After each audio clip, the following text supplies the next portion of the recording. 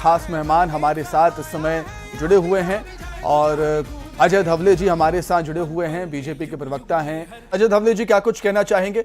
पूरे देश में दीपावली सा माहौल है, 500 सालों का इंतजार और कठिन परिश्रम कार सेवकों का, उनका जिन्होंने अपने प्राणों की आहुति दी है इस ऐतिहासिक पल के लिए। अजय जी। पहली बात तो देखिए सूरज जी कि सभी को आज की इस राम दीपावली और राम ज्योति की हार्दिक शुभकामनाएं। निश्चित तौर से 1528 से यह आंदोलन शुरू हुआ और आज हम 2024 में हैं।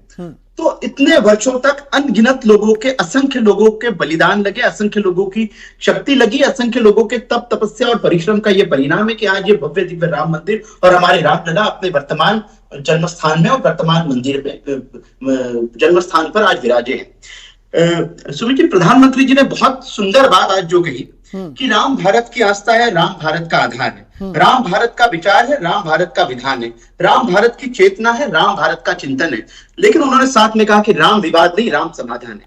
तो हमें इस बात पे भी मौलिक चिंतन करने की आवश्यकता है कि इतने वर्षों तक क्या वास्तव में इस विषय पर विवाद करने की आवश्यकता थी? प्रधानमंत्री जी ने बहुत अच्छा प्रसंग याद दिलाया कि भारत की संविधान की मूल प्रति में जब भगवान राम का चित्र था तो क्या आवश्यकता पड़ी थी कि देश के संविधान में तथाकथित लोगों के कहने पर एक वर्ड सेक्युलर घुसा दिया गया? और वो इसलिए घुसा दिया गया कि आपको कहीं ना कहीं तुष्टीकरण की राजनीति करनी थी, आपको देश में एक वोट को सिक्योर करना था। आज मेरे मित्र भूपेंद्र जी कह रहे थे कि राजीव गांधी जी के योगदान को भुलाया नहीं जा सकता। निश्चित तौर पे उनके उस योगदान को भी नहीं भुलाया जा सकता कि शाहबानो जजमेंट के बाद में इस देश ने, जो इस देश सांप्रदायिक नहीं था, इस देश को सांप्रदायिक बनाने का काम भी उन्हीं की सरकार ने किया है। तो आज देखेंगे सुनिए कि आज देश का जच्चा बच्चा और गली गली में ये संकीर्तन हो रहा है, देश में राम दीपावली मनाई जा रही है, राम ज्योतियां जलाई जा रही है और 500 वर्षों की प्रतीक्षा के उपरांत ये क्षण जब आया है तब हम कह रहे हैं कि 140 करोड़ देशवासियों के नाम है। अभी तो 140 करोड़ नहीं, ये संपूर्ण विश्व के नाम है, संपूर्ण राष्ट्र की चेतना का प्रतीक है। उसमें हमारे मित्र कांग्रेसी भी है।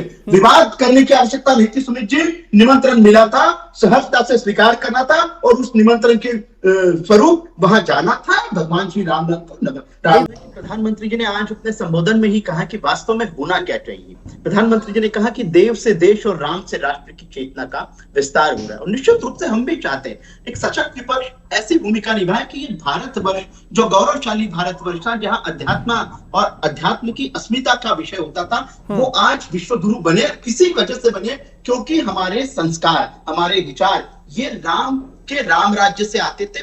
प्रभु श्री राम ने लोकतंत्र की ऐसी परिभाषा गढ़ी थी जो वास्तव में समूचे विश्व के लिए उदाहरण है। और निश्चित रूप से प्रधानमंत्री जी ने भी आज यही कहा कि ये भारत की दृष्टि, भारत का दर्शन, इसे विश्व का दर्शन बनाना है। 1000 वर्षों का लक्ष्य उन्होंने आज देश के सामने रखा।